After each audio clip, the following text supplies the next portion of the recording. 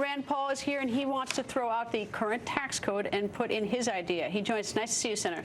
Great to be with you, Greta. First, just a thought on the report that the IRS has been paying millions to tax-cheat contractors. Well, it's not hard for me to believe. They also do this. Federal employees have back taxes of $3.5 billion. Yeah, at 318,000 federal employees owe that. And you would think we have somewhat control over them. They work for the federal government. Why couldn't we deduct their taxes from their check?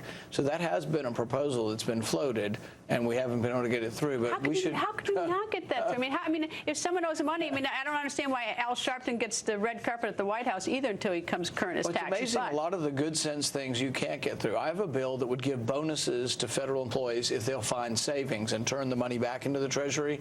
I get nothing but resistance from the appropriators. It's just insane. All right, let me ask you about your plan for taxes, which is what? Our plan is to get rid of the whole tax code. We looked at it and we said, could we make it better? And we became convinced that it's just so bad, so big, and so ugly, we ought to get rid of the whole thing. Our current tax code is 70,000 pages, and we think it chases jobs and companies overseas. You know, Burger King's fled to Canada. Every month there's a new company reincorporating in Europe because of our taxes.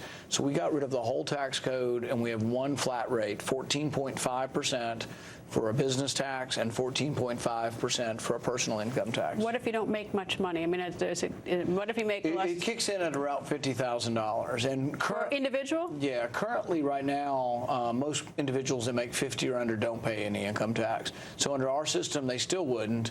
But we go one step further because we want the working class to feel like they're part of this tax cut. And so we get rid of the payroll tax. Payroll will now be taxed as part of the business tax, but the individual worker, like if you make $40,000 a year, a couple with 2 kids, you'd actually get a $2,000 reduction by having not to pay any payroll tax. What about the revenue to satisfy like our debt or to pay for our national security? We would cut spending, and we'd cut it in a dramatic way. But people have said what spending, though? Because that matters. First of all, if you collect this $3.3 billion they're owned by federal federal employees, that would be a good start. That would be a start. But we'd actually eliminate departments. Department of Commerce is mostly about corporate welfare. I'd get rid of it all tomorrow. Department of Education ought to be done at the state and local level. I'd get rid of it. Department of Energy, I'd get rid of 95% of it. I'd still have nuclear regulation. I'd probably put that in with the Pentagon. So there's a lot of departments you could get rid of. HUD, you could give that back to the states and have the states involved in housing and not the federal government. Department of Interior, most of that could be downsized. Have you run the numbers on all this? Yep. The tax cut actually scored statically would be almost $3 trillion tax cut. But we would make up for it by cutting spending. I've introduced 3 5-year budgets that balance in 5 years with cutting significant amount of spending.